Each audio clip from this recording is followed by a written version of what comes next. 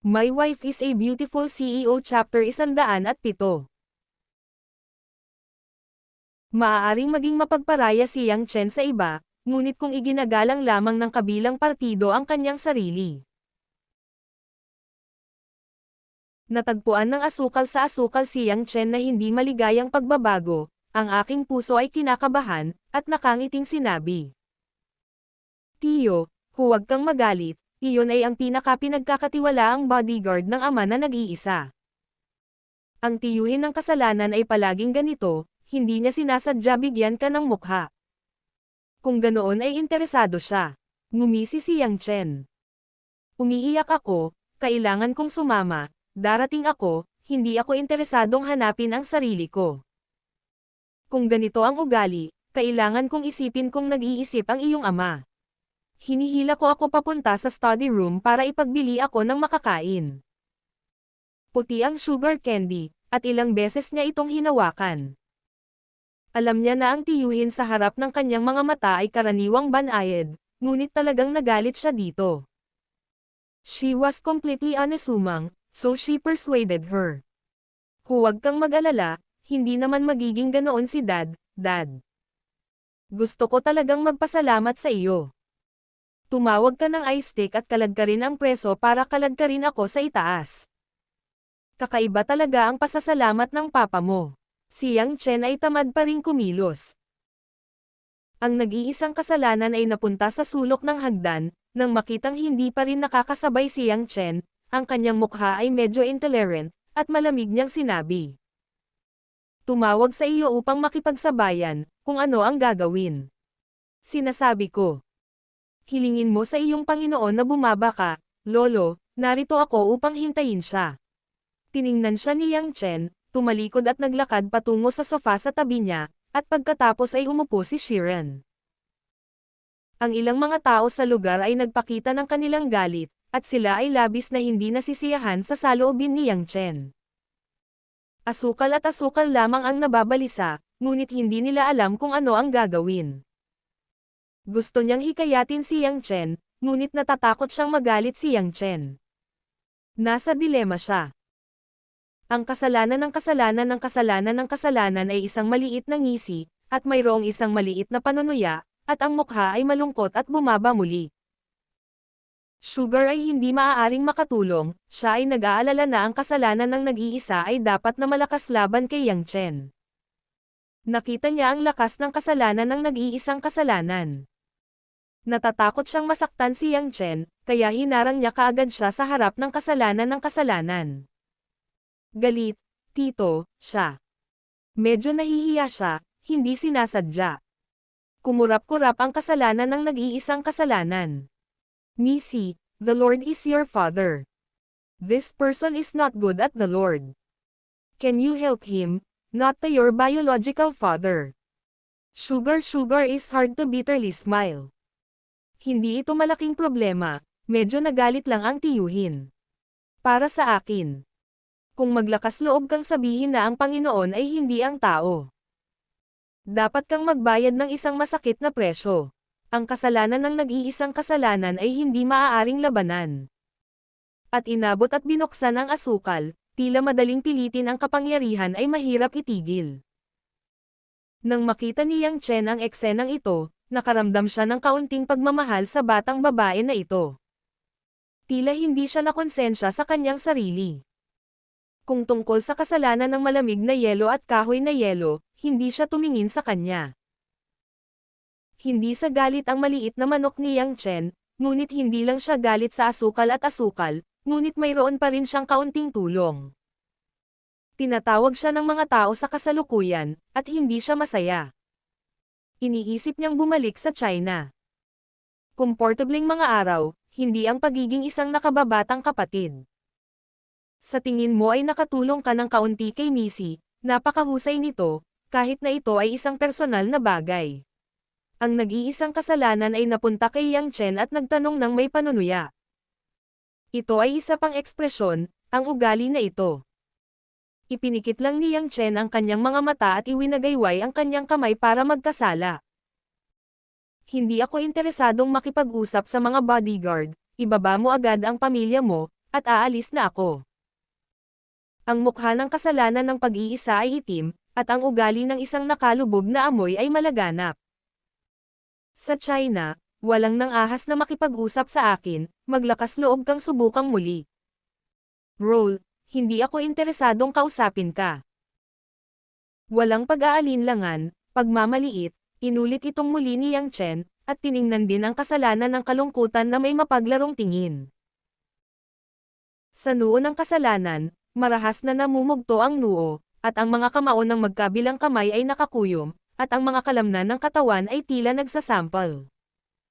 I have to tell you very unfortunately that you have to lie back today. Kapag ang kasalanan ng kasalanan ay dapat na kasalanan, ang mga hagdan ay mapupuno ng isang tunog ng kapayapaan at katahimikan. Isang kasalanan, bawal maging mabagal. Bumababa ang isang lalaking nasa katanghaliang gulang na nakasuot ng puting kamiseta at pantalon. Nakasuot ng gintong salamin. Maamo at maalalahanin. Mukhang positibo, dapat ay isang matagal na posisyon, upang ang mga lalaki ay tumingin sa bawat hakbang pababa ay kahanga-hanga, ang mga buto ay mahinahon at mahinahon na ugali. Nakatayo sa gilid ng lalaki ay asukal-asukal. Asukal-asukal tinapik ang dibdib. Isang pares ng mapalad na hitsura, naisip ko na ito ay natagpuan na hindi ko mapigilan ang krimen ng pagiging mag-isa, pagkatapos ay umakyat ako at hinayla ang aking ama pababa. Pinalabas ng lalaki ang lahat ng iba pang bodyguard sa bahay, at pinaakyat ang asukal sa itaas. Bagamat ayaw ng asukal, hindi magandang suwayan ang kanyang ama. Kailangan niyang tingnan si Yang Chen ng may pag-aatubili at tumakbo pabalik sa itaas. Tungkol naman sa kasalanan ng nag-iisang kasalanan. Nang makita niyang hamarang ang lalaki, masunurin din siyang tumayo sa sulok at tahimik na tinitigan si Yang Chen, tulad ng isang makamandag na ahas na dumura anumang oras. I'm sorry, hindi masyadong maganda ang ugali ng kasalanan, baka matakot si Mr. Yang, ngumiti ng mapagbigay ang lalaki. Mr. Yang, please sit. Itinuro ni Yang Chen ang sofa na nakaupo. I was not scared. Naramdaman ko lang na nakakainis siya, at nakaupo na ako, no need for you. Mukhang naninigas ang lalaki at hindi inaasahan na makikita ni Yang Chen na nakatingin pa rin ito sa kanyang mukha. Ang orihinal na mga salita na gusto niyang sabihin ay hindi maiwasang gumawa ng maamong mukha, at ang ngiti ni Li Xianli, Mr. Yang dapat akong makilala, ako ay sugar candy. Ama. Hindi napigilan ni Yang Chen na ngumiti. Ano ang ibig mong sabihin, kailangan ba kitang makilala? Ngayon, tinanong ako ng iyong anak na babae ng mahabang panahon, pumunta ako sa iyo, sa unang pagkakataon na nakilala kita, paano kita makikilala? Ang apelyido ko, Ming Zhongping, Fang Zhongping. Pinaalalahanan siya ni Fang Zhongping, hindi siya naniniwala na hindi talaga siya makikilala ni Yang Chen. Lalong naguluhan si Yang Chen. Fang Zhongping. Kumakanta ka ba o umaarte? Bida ba? May kinanta ka ba?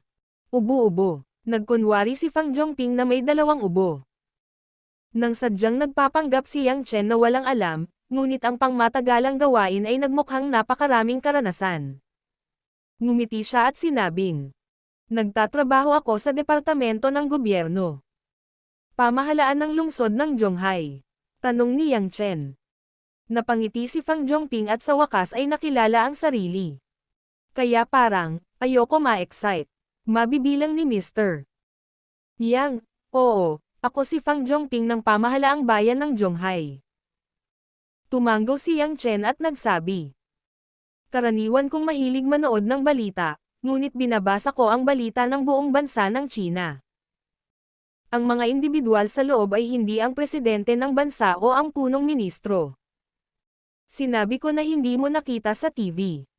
Nasa Zhonghai Municipal Government ka pala. Kung malinaw mong sabihin, wala ka.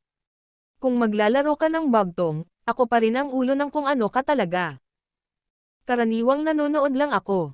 Ang balita ng bansa. Ang balita sa lungsod ay hindi mukhang, kaya, hindi.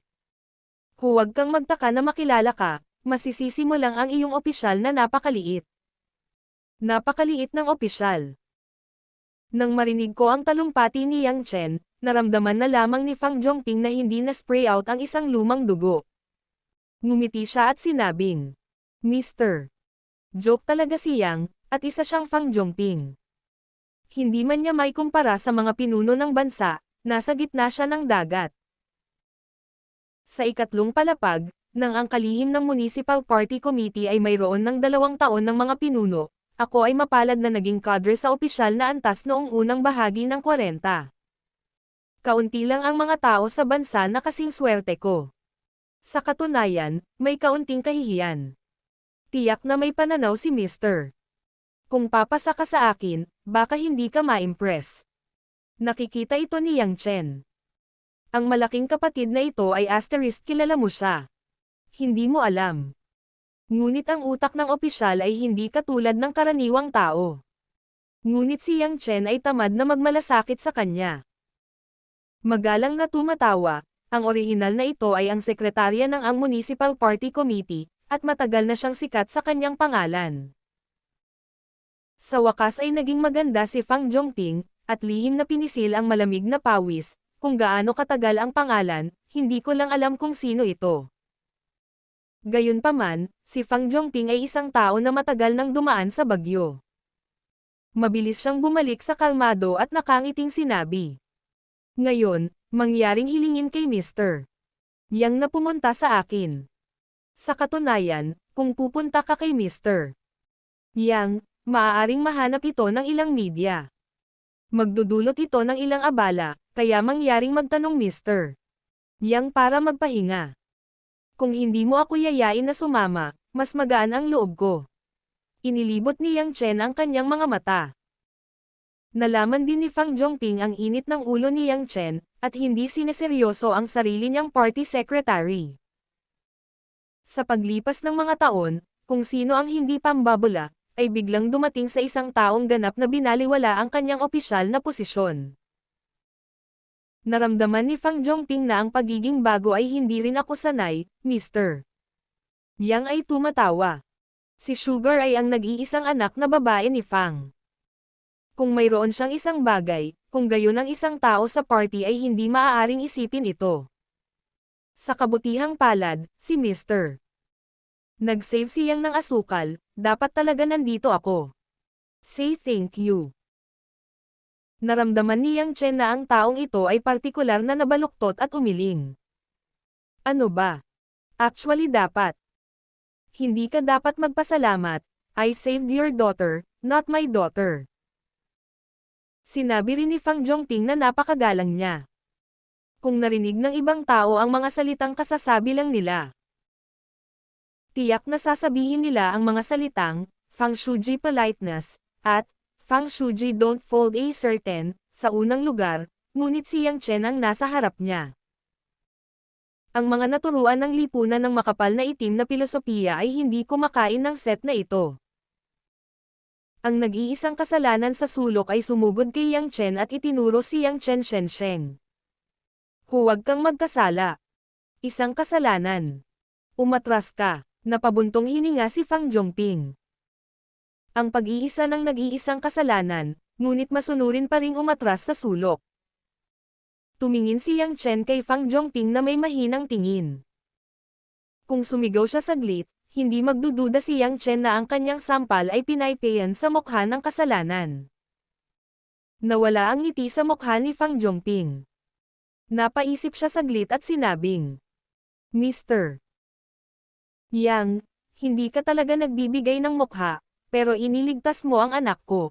Wala akong pakialam sa iyo, ngunit sana ay huwag kang masyadong gumawa. Hoy, makinig ka, mukhang may utang ako sa bahay mo.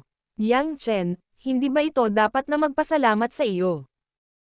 Paano ko naligtas ang asterisk at sulit ito? Mga kabataan, minsan, huwag masyadong mayabang, huwag makipaglaro sa apoy. Nagsimulang magmukhang medyo pangit ang mukha ni Fang Zhongping. Kung may gusto siyang sabihin kay Yang Chen, hindi niya talaga magagawa.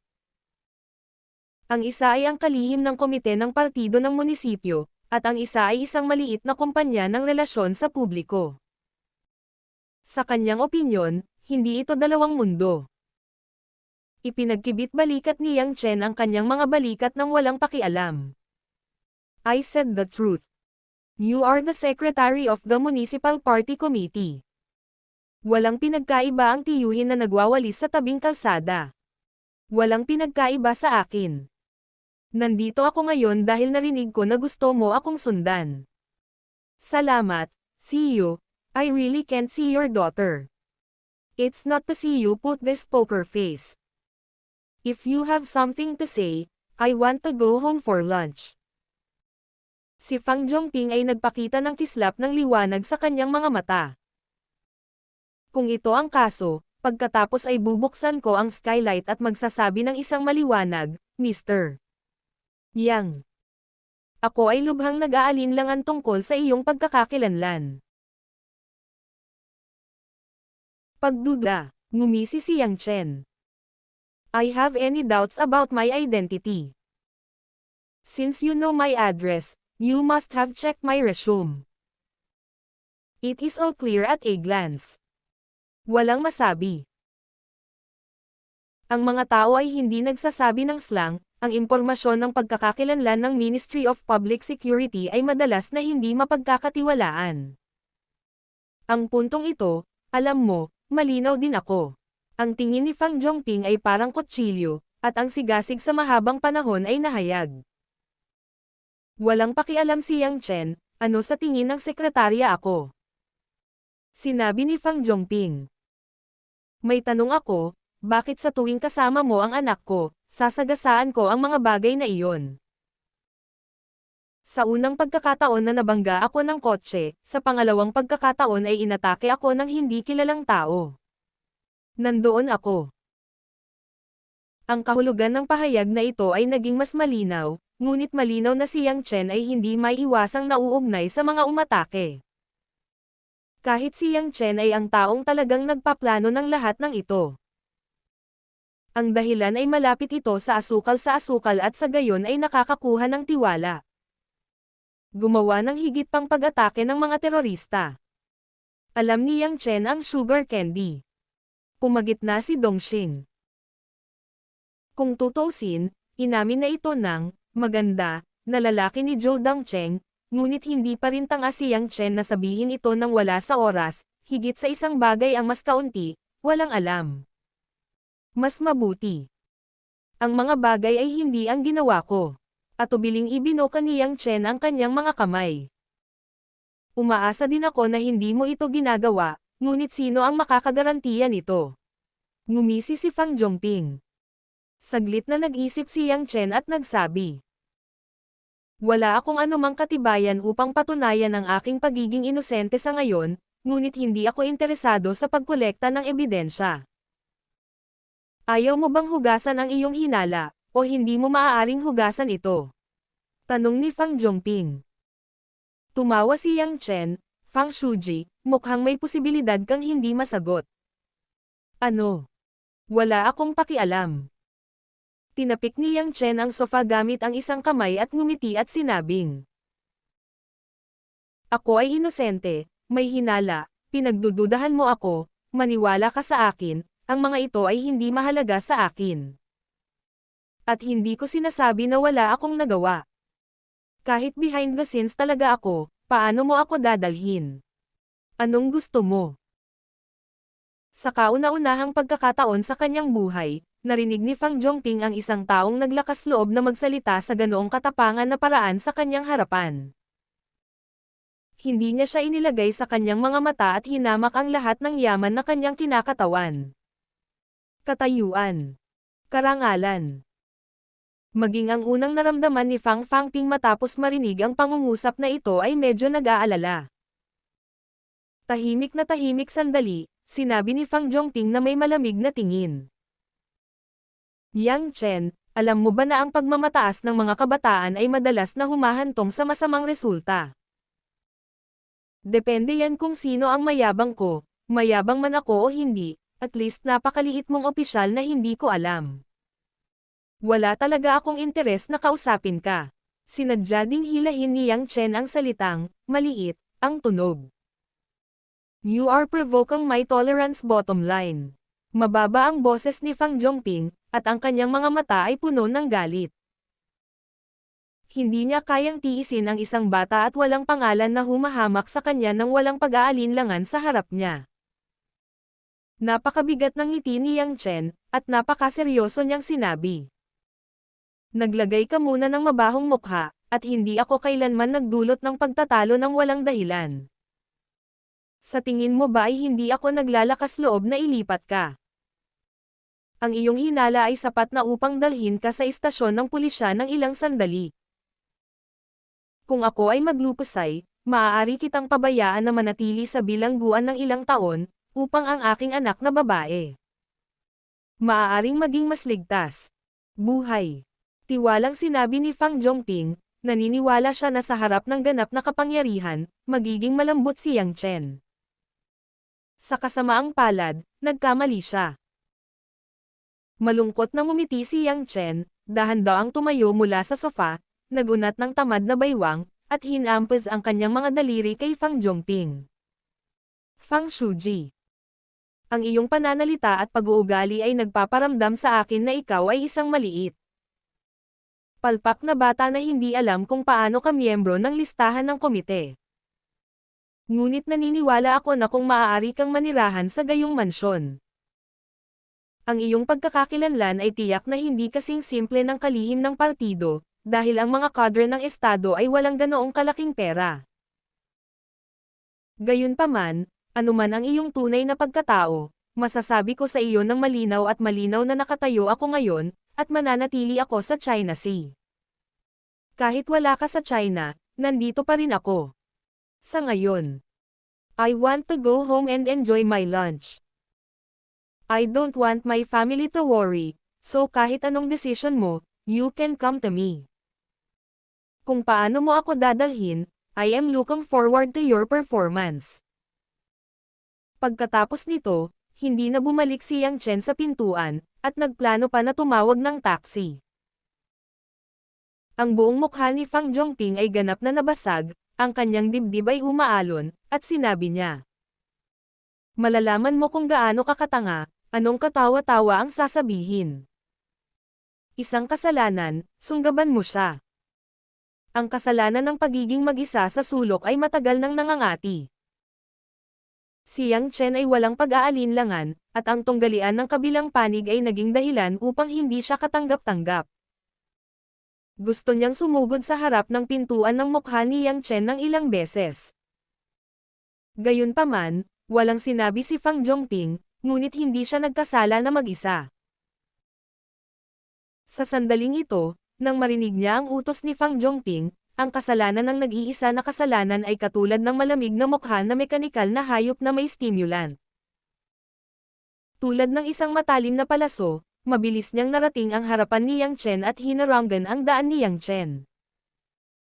Kung gusto mong talikuran ang iyong kamay o iwanan ang iyong paa, maaari kitang tuparin. Makasalanang ngumiti si Duo nang may kumpiyansa. Ngumiti si Yang Chen at ngumiti at ngumiti. Ayokong ma-abolish, pero kung gusto mo, I can let it all abolish. Kamatayan sa korte. Ang nag-iisang makasalaan ng galit ay sumugod sa korona, hinampas, at itinaas ang kanyang kanang paa at tumangay kay Yang Chen. Ang footwork ng nag-iisang kasalanan ay napakasabog, at ang sandali ng pagbuga ng binti ay nagdudulot ng malakas na hangin, sumisigaw sa hangin at nagdadala ng natitirang imahe. Nang maglupasay ang mga paa sa mga balikat ni Yang Chen, bahagyang iginalo ni Yang Chen ang kanyang katawan at pasuray-suray gamit ang mga daliri ng paa ng kasalanan. Ang opensiba ng nag-iisang kasalanan ay natural na titigil dito. Muling bumangon ang isang alon ng kaguluhan. Ang dalawang paa ay parang makapangyarihang bukal. Patuloy silang lumilipad palayo sa lupa patungo kay Yang Chen. Ang marahas na tunog ng hangin ay parang ritmo. Frenzy drums. Ang natitirang mga anino ng mga kalsada ay patuloy na umaatake sa paligid ng katawan ni Yang Chen. Ngunit sa tuwing bahagyang gumagalaw ang mga yabag ni Yang Chen, maiiwasan lamang niya ang bangis ng pag-iisa ng pag-iisa.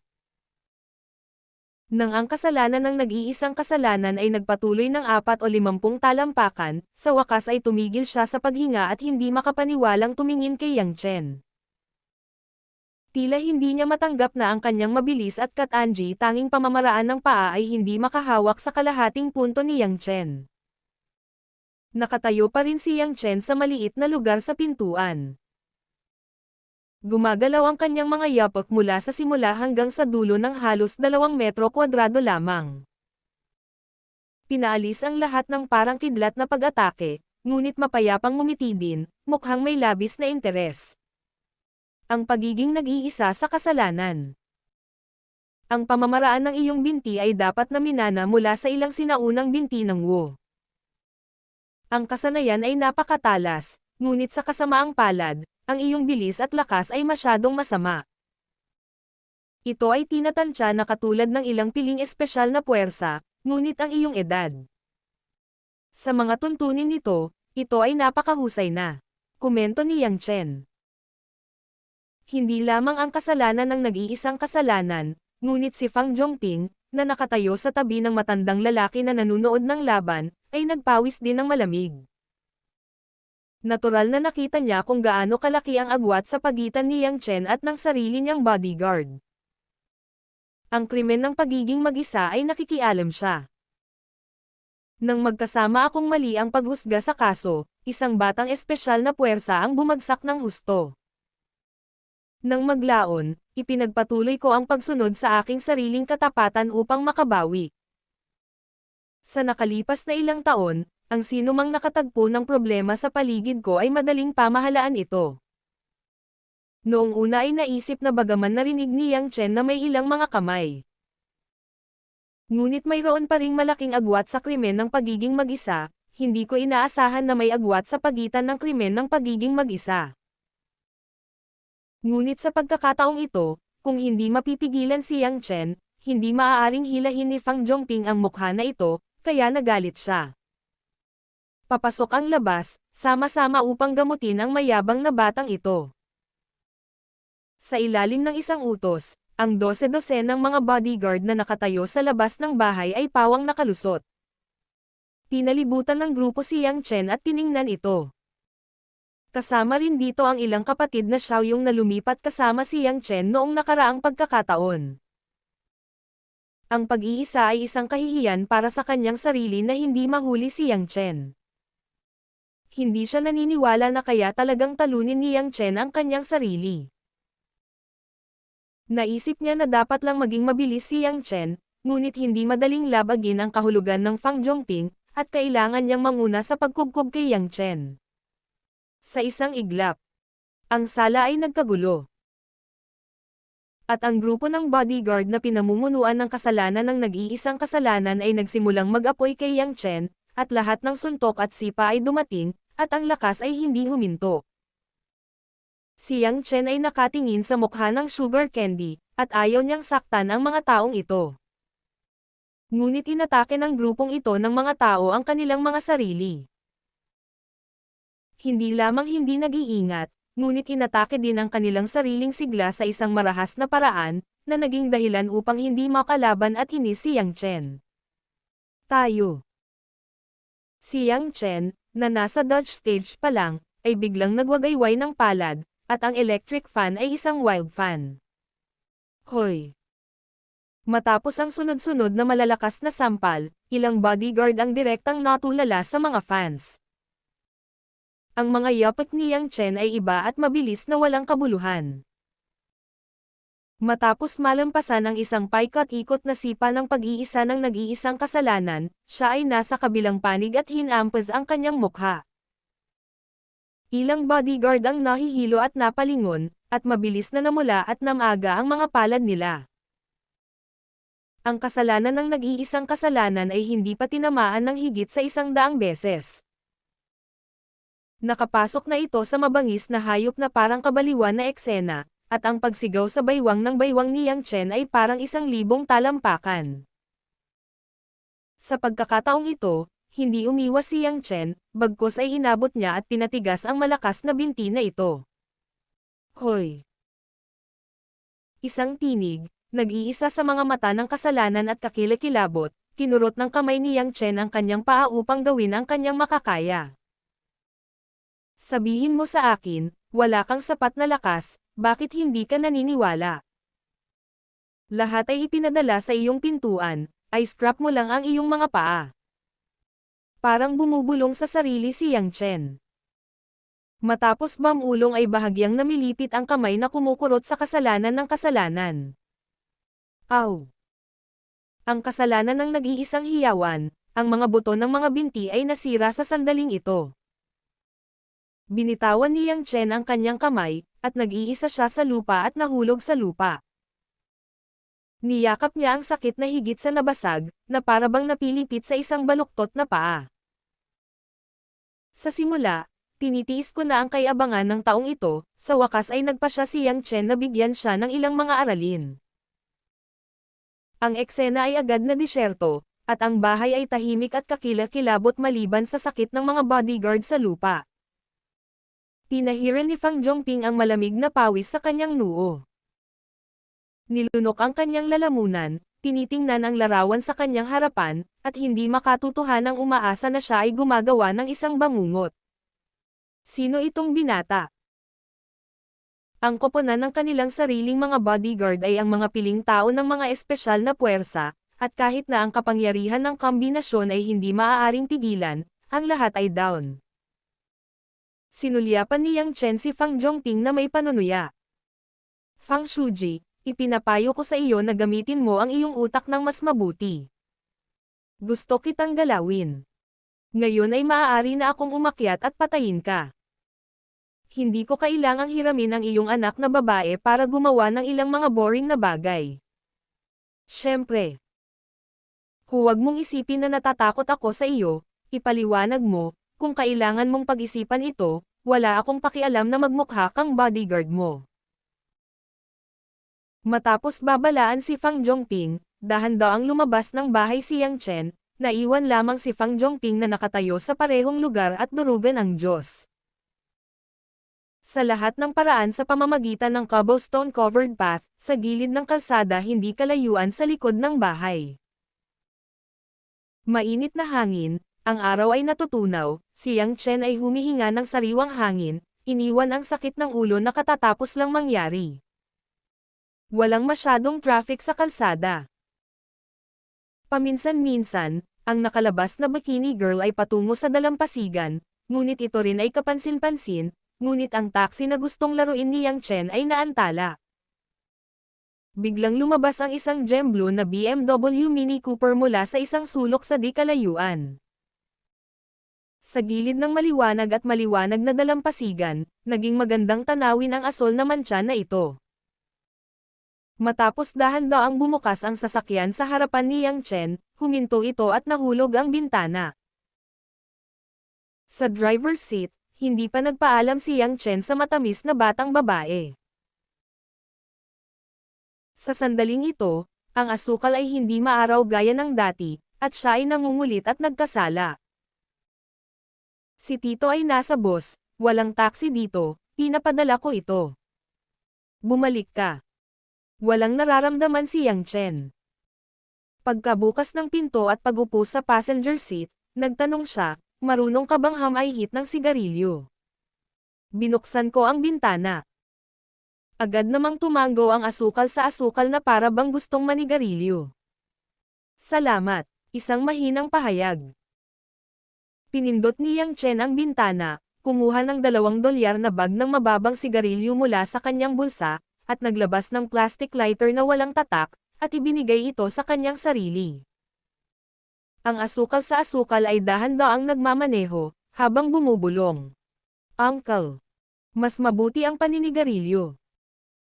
Ang usok na ito ay masyadong nasaktan, at ang iyong lighter ay hindi ligtas, bibilhan kita ng isang tunay na Zippo lighter sa susunod, upang matiyak na ikaw ay humihila ng hangin.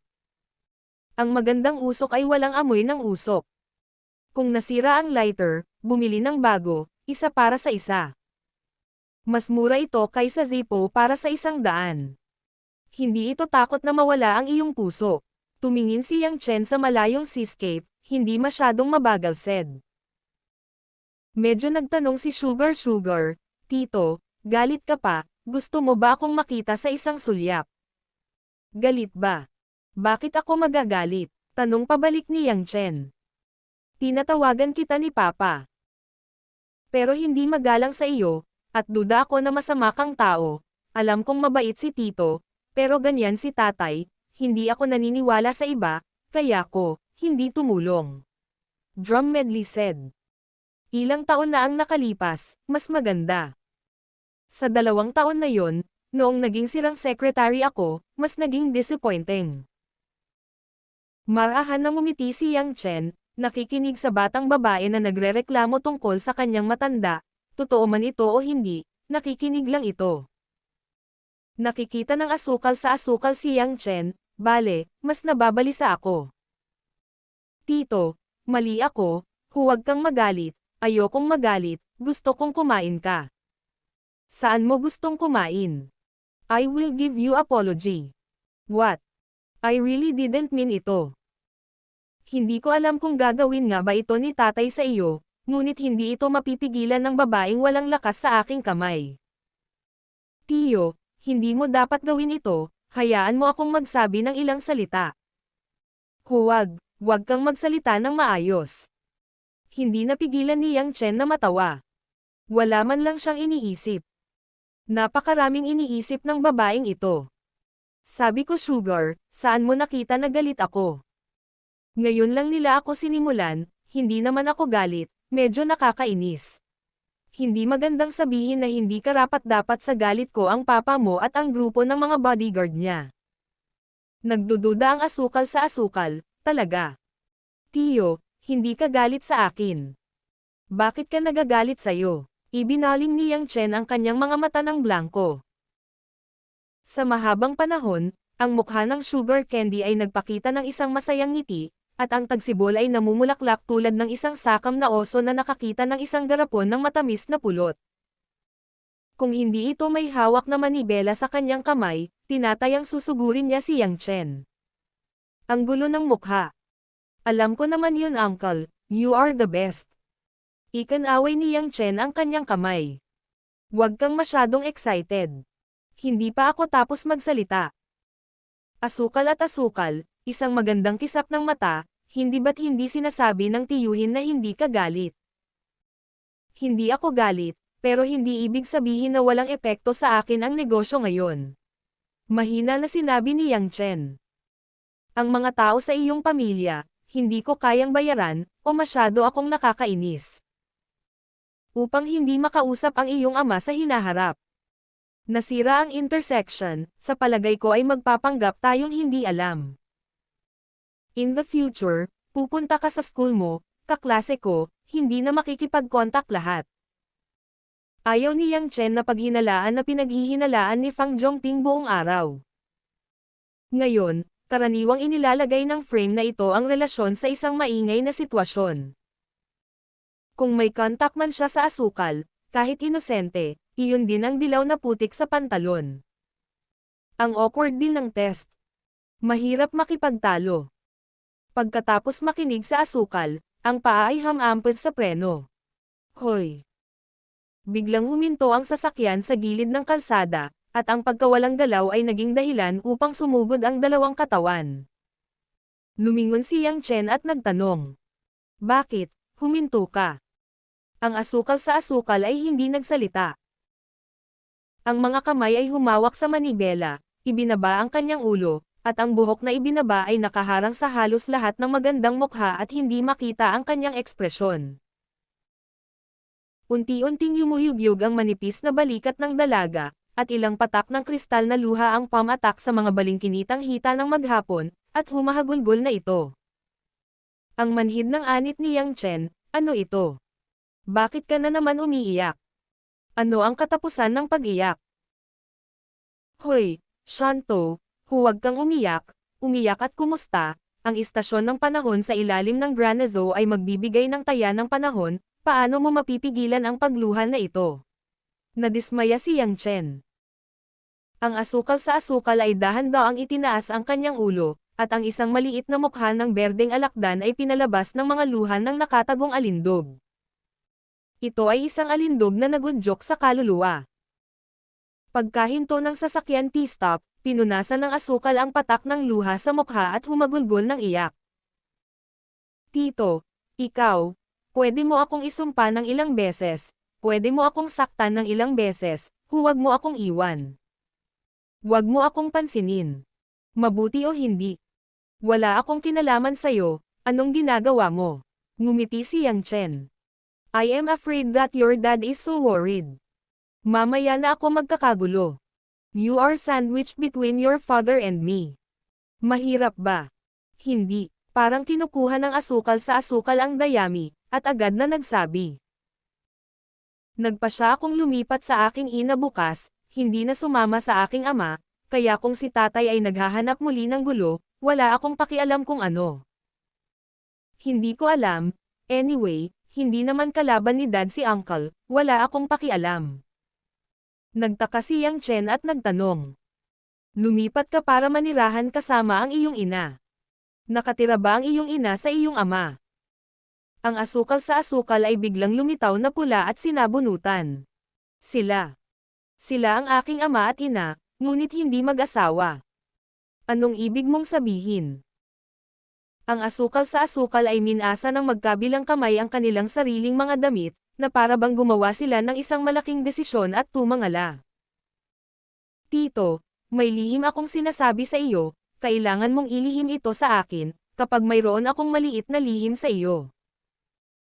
Kasing linaw ng puting kristal ang mga mata ng dalaga kaya mahirap tanggihan ang dalisay na kagandahan. Naramdaman ni Yang Chen na bahagyang kumikilos ang kanyang puso. Hindi niya inaasahan na ang unang impresyon na ito ng isang batang babae na may masamang hitsura ay may nakakaantig na hitsura, tumanggaw ng hindi malay, sabihin ng asukal. Dinilaan ng asukal ang kanyang bibig at huminga ng malalim, sinabing. Ako ay talagang isang test tube na sanggol. Test tube baby. Hindi inisip ni Yang Chen na ito ang kaso. Akala ko ito ay ang asukal sa mga magulang na diborsyado, ngunit ang katotohanan na ang asukal sa asukal ay sinabi ay mas malakas kaysa sa naisip niya. Ang tinatawag na test tube baby ay tiyak na hindi isang batang ipinanganak sa isang test tube. Ito ay sa pamamagitan lamang ng siyentipikong paraan na ang lalaki at babae na mga selyulang mikrobyo ay pinagsama sa test tube at pagkatapos ay ipinadala sa ina upang umunlad at lumaki. Ito rin ang batang ipinanganak noong Oktubre. Gayunpaman, ang gayong mga bata ay kadalasang may ilang mga congenital defects pagkatapos ng kapanganakan.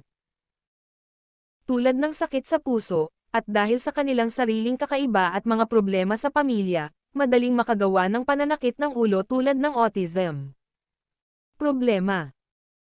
Sa anumang kaso, ang teknolohiya ng IVF ay hindi sapat na mature, kaya sa China, ang test tube na sanggol ay hindi kilala sa karamihan ng mga tao. Kahit na ang mga nakakaalam nito ay karaniwang tahimik. At ang mga bata na ipinanganak sa pamamagitan ng gayong medikal na teknolohiya ay madalas na magdadala ng labis na moral na presyon sa mga relasyon ng tao. Oo, kaya tatay ko ang tatay ko, pero kaibigan lang ang relasyon nila ng nanay ko. Ni minsan hindi pa sila nakipagkamay, lalo pa sa ibang mag-asawa. Matapos maubos ang asukal sa asukal, napansin niya ang ekspresyon ni Yang Chen at nalaman niyang kakaiba ang mukha ni Yang Chen at tinitigan ang sarili. Nang maisip lamang ni Yang Chen na siya ay ipinanganak na masyadong heterogeneous, ang kanyang mukha ay biglang nagpakita ng bakas ng kadiliman. Ngumiti si Sugar at yumuko. Alam ko, Uncle, you must think that I am a freak. In fact, I don't care. The freak is a freak. Anyway, it grows so big. The test tube baby is not live the same. Okay. Ngumiti si Yang Chen at biglang inabot at hinawakan ang ulo ng babae. Wala akong sinabi, you will give me a final conclusion. Actually tell you, you are a test tube baby, ordinary children, I am fundamental. Not give a asterisk about. Talaga, may kaunti pa sa mata ng sugar candy, at tumangala siya. Hindi ako interesadong magsinungaling para aliwin ka, nakangiting sabi ni Yang Chen. Huwag mong isipin na ikaw ay isang test tube na sanggol at bibigyan ka ng espesyal na paggamot. Hindi. Nabasag ang asukal sa asukal at tumawa, tinamaan ang braso ni Yang Chen. Nakakainis talaga si Tito, nagpapaiyak, not to say kanina, halos maduraj ang puso ko. No big deal, you are just a test tube baby. Bagamat kakaiba ang proseso ng panganganak, ito rin ay isang bata na ipinanganak ng iyong mga magulang.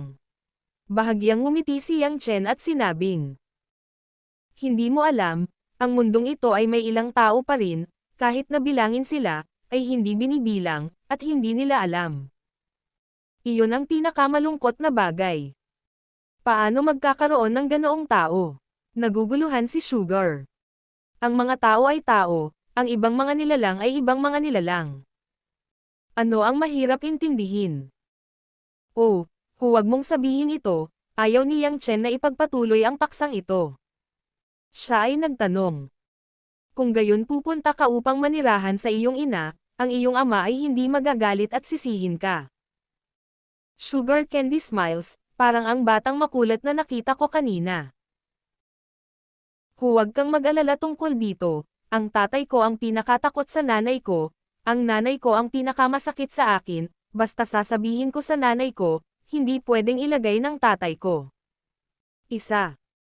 Mukhang mahal ng tatay mo ang nanay mo, matamang ngumiti si Yang Chen. Oo, tumanggo si Sugar. Gustong ituloy ni Daddy ang nanay ko mula sa murang edad. Pero hindi naman nangako ang nanay ko na magkaibigan lang sila sa pinakamagandang relasyon, kaya noong gusto na akong ipanganak ng nanay ko, para makabawi sa tatay niya. Nakakalungkot, hayaan ibinigay ni tatay ang pinong anak. Matapos akong ipanganak ng nanay. Naisip ni tatay na magbabago ang isip ni nanay, ngunit ang aking ina ay walang asawa hanggang ngayon, at ngayon ang tatay ko ay sumuko na, sa tingin ko ito ay napakahusay din. Umiling si Yang Chen at sinabing, hindi ganoon kagaling. Tatay mo iyon, ngunit walang paraan. Matapos pakinggan ang asukal, ilang buntong hininga ang nagsabi. Oo, napakahirap din ni tatay. Noong bata pa ako, lagi kong inaasam na makakasama ng aking ama ang aking ina. Kung ganoon, magkakaroon ako ng kumpletong tahanan. May mga magulang at pamilya ka na ba ngayon? Not the same. Sugar Candy is so sad. Uncle, alam mo ba, ang tatay at nanay ko ay sobrang abala mula pa sa aking pagkabata, sila ay abala sa gobyerno, isang abalang negosyo. Ako ay nasa isang nursery, kindergarten mula pagkabata. Ang alaala ng paaralan. Pagkatapos ng paaralan, lahat ng mga yaya ay dumating upang alagaan ako. Lalo akong natatakot sa kindergarten na pumasok sa paaralan dahil hindi ako maaaring maging masaya tulad ng ibang mga bata na tumakbo sa mga bisig ng aking magulang. Kung tutuusin, parehong sinaktan ako nina mama at papa. Binigyan nila ako ng maraming pera. Tinulungan nila akong tumira sa magandang lugar. Ang mga damit na sinuot ko ay pawang mga sikat na tatak. Noong mga panahong iyon, para akong isang munting prinsesa. Ako may iba. Lahat walang gamit, lahat naiingit sa akin. Pero sa impresyon ko, hindi ako masaya noon, sa totoo lang, hindi ko naman kailangan ng sobrang pera, gusto ko lang dalhin nila ako sa amusement park para makipaglaro sa akin para mamasyal sa parke. Ako ay lumaki, at paminsan-minsan ay naninirahan sa bahay ng aking ama, at paminsan-minsan ay naninirahan sa bahay ng aking ina. Ang mga matatanda sa magkabilang panig ay palaging nais na hilahin ako sa kanilang tahanan, ngunit hindi ako pumasok. Isinulat ko pa nga ang pangalan sa iyong ID card. Sugar, na hindi sinusunod ang apelyido. Si nanay at tatay ay sabik na sabik sa mga oras na iyon, hayaan mo ako sa aking apelyido, huwag kang sumikat na parang ligaw na bata. Naisip ko noon. Hindi ba ako ligaw na bata? Wala akong kinalaman sa mga ligaw na bata maliban sa pagkakaroon ng pera at sasakyan. Sa pagsasalita tungkol dito, Ang asukal sa asukal ay medyo nakakaiyak, ngunit tumingin ako kay Yang Chen at muling tumawa. Pero ngayon, may mga tito na, hindi mo na kailangang maghapon kasama ang mga oso na marunong gumastos. Naglalaro ang mga bata. Hindi inakala ni Yang Chen na ang buhay na babae ay may nakaraan. Kahit na ang mga magulang ay may isang malakas na material na kayamanan, ngunit para sa espiritual na mundo ng anak na babae, ang pangangalaga ay mahirap at mahirap. Hindi mo ako tatay at nanay. Hindi mo ako masyadong sineryoso. Sinabi ni Yang Chen na may mapait na ngiti. Ang tono ay medyo mapayapa, marahil dahil ang pagsilang ng asukal sa asukal ay katulad sa kanyang sarili, ngunit maaaring ito ay kulay abo sa kanya. Naaawa ang Herba Fanghua. Umiling si Sugar. Hindi ama, hindi rin ina, si uncle ang magtuturo sa akin kapag gumagawa ako ng masama sa kotse. Sasamahan ko ako kapag gusto kong manood ng boring na pelikula. Paprotektahan ako kapag nanganganib ako. Hindi magiging kasuklam-suklam si Tio gaya ng mga maliliit na lalaki at lalaki. Ito ang mga bagay na hindi ko pa nakikilala. Pagkatapos, sinabi niya na may pulang mukha. At, ang tiyuhin paminsan-minsan ay naglalaro ng kaunti. Hooligan sa akin. Actually gusto ko din. Hinawakan ni Yang Chen ang kanyang mukha. Sabi ng babaeng ito, lahat daw ng goosebumps niya. Kayong lahat ay walang kwenta. Hindi ako kasing halaga ng iniisip mo. Kapag mas alam mo ang mga normal mong kaedad sa hinaharap, malalaman mo ang mundo. Sa katunayan, napakaraming mabubuting tao. Iba, ang asukal at asukal ay bamulong. Ako ay bulag, kung ikaw ay tiyuhin, kailangan mong gumawa ng hiwa sa akin ngayon, at pagkatapos ay wala na, pagkatapos ay bababa ako at tumalon sa dagat. Sabihin na natin, huwag kang magulo. Ang gulo mo nung pumunta ako dito. Lahat tito, asterisk pinipilit mo. Ikaw. Ako ay ako. Ikaw ang nanalo. Nalungkot si Yang Chen at nangakong pipigain ang malambot na mukha ng sugar candy, na nakangiti sa gilid ng kanyang bibig. Ang asukal sa asukal ay tila isang maliit na general na nanalo sa tagumpay, at ginawa ang isang pilak na kampanilya na parang tawa. For a time. Natangay din ang haze sa sasakyan.